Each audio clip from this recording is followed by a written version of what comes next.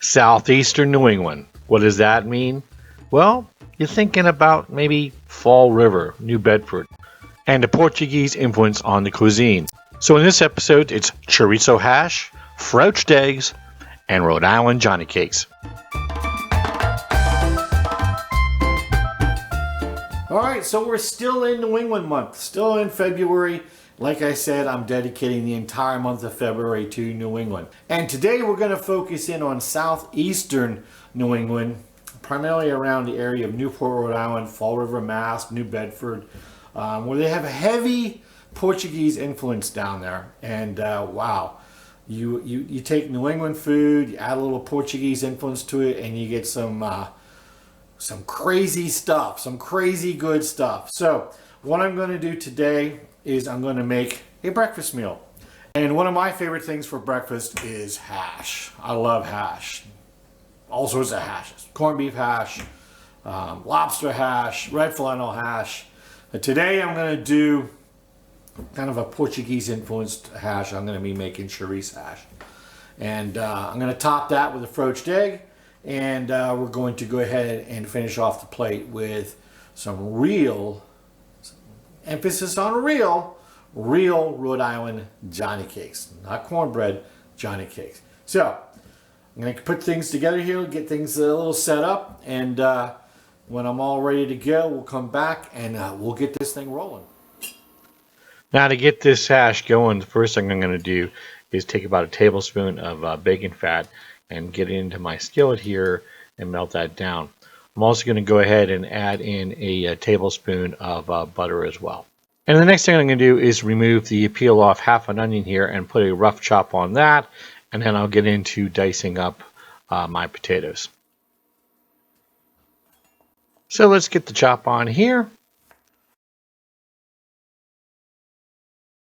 And into the pan go the onions. Now let's get on this potato. And as you will notice here, I'm not peeling my potatoes. I like to keep the peels on.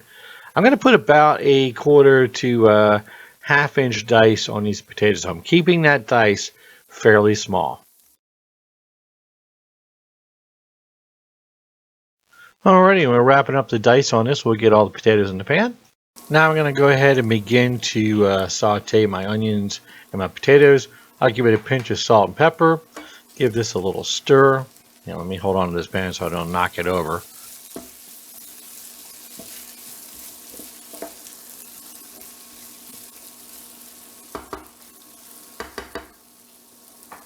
And now let me go in with my ground chorizo.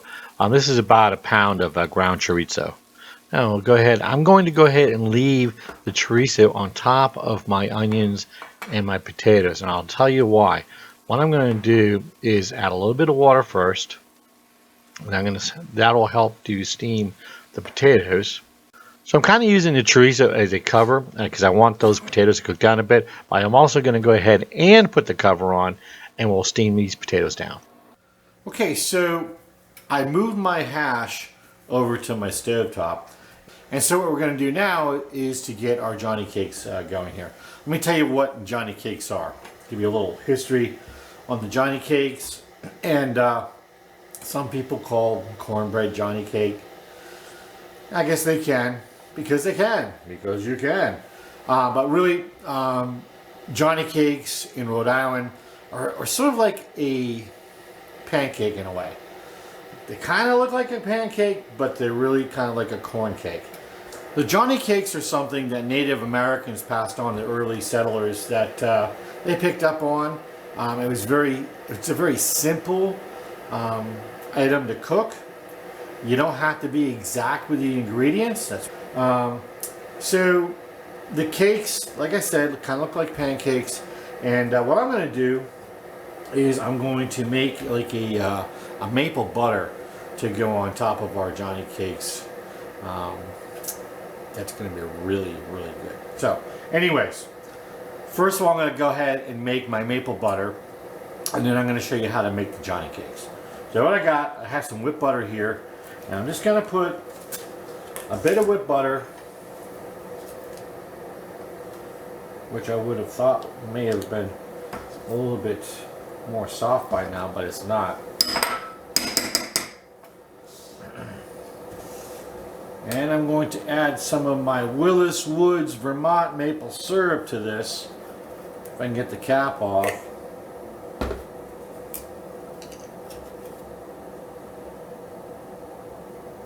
And I'm going to mix this up, and we're going to have a nice little maple butter at the top of our Johnny cakes. Okay, so my maple butter is fairly well mixed up here. It's looking good. I'm just going to go ahead and put it down into here for now. And set it aside for later. That's going to go on our Johnny cakes. Alright, so one of the most important things about Johnny cake is you want to use the right corn flour. You want to use corn flour, not cornmeal. That's my water boiling. Another very important part of Johnny cakes is being able to boil water. You got to have boiled water. Anyways, preferably I would like to have had some white corn flour, but I couldn't find it up here. But I got yellow corn flour, stone ground. It's going to be more powdery than cornmeal. It'll have a better texture to it. So, you don't have to have exact ingredients here. There's only going to be 4 actually. Corn flour, some sugar. You don't have to use sugar if you don't want to. And some salt. And I get some pink Himalayan. I'm going to put into my bowl about a cup of flour. Then I'm going to put about a teaspoon of salt and about a tablespoon of sugar. So,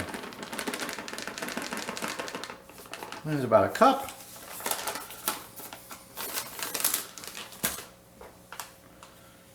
And there's about a teaspoon, maybe a half a teaspoon of salt. And I kind of like mine on the sweet side, so that's about a tablespoon and a half of sugar. I'm going to mix all my dry ingredients up.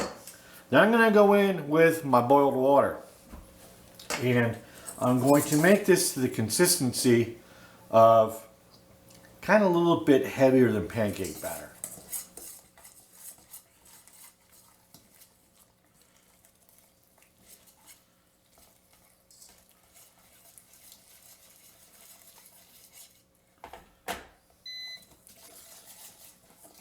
And this is just about where I want it. Now I'm going to use about a tablespoon of bacon grease here in my cast iron skillet to fry my Johnny cakes with. If you don't want to use bacon grease, you could use corn oil. Now we'll get a scoop of my batter in here in the pan. And that's it. Just scoop it in the pan. Leave it alone. Don't press it down. Let it do its thing. Now I have my pan set on medium high here. The beauty of these, they're really not going to burn. So I'm going to let these cook for about 5 minutes on each side. Now at about 3 minutes in, I'm going to go ahead and add about a tablespoon of butter in to help the brown the edges. Alright, so we're ready to give these a flip now.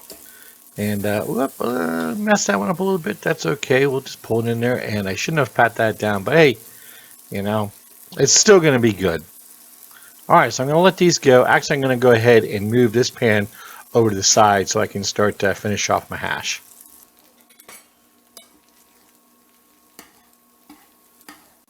So my hash is looking good. I'm going to go ahead and give it a turn here. And smelling really good at this point. And at this point, I'm going to give it a squeeze of about, I don't know, 3 tablespoons of ketchup. And I want to add a little heat to this, so I'm going to go in with about an equal amount of garlic sriracha. Now we'll go ahead and give this a turn. Fold all that nice goodness in there. Now this is just about ready, so I'm going to go ahead and set this to the side. So now I'm going to go ahead and bring this all together. So I have a separate pan that I'm going to go ahead and brown off my hash as well as cook off my froached egg.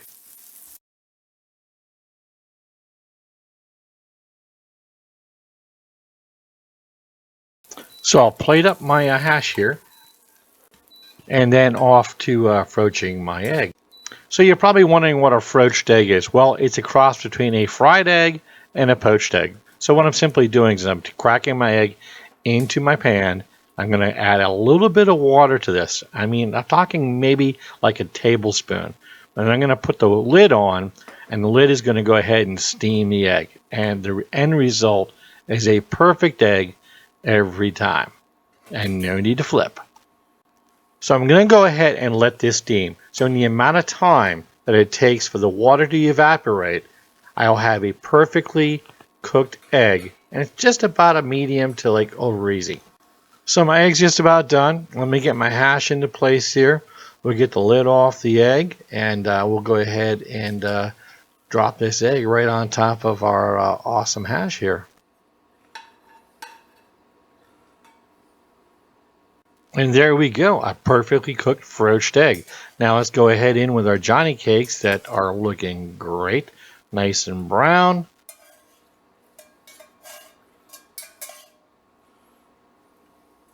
And now let's get this maple butter on top of these Johnny cakes. That'll melt right on there. This smells fantastic. So there we have it. Southeastern New England, breakfast on a plate, chorizo hash, a Froached egg, Johnny cakes with the maple butter. There's only one thing left to do right now, and that, you know what it is? Go in for a little taste of this stuff. Let's start with the hash first.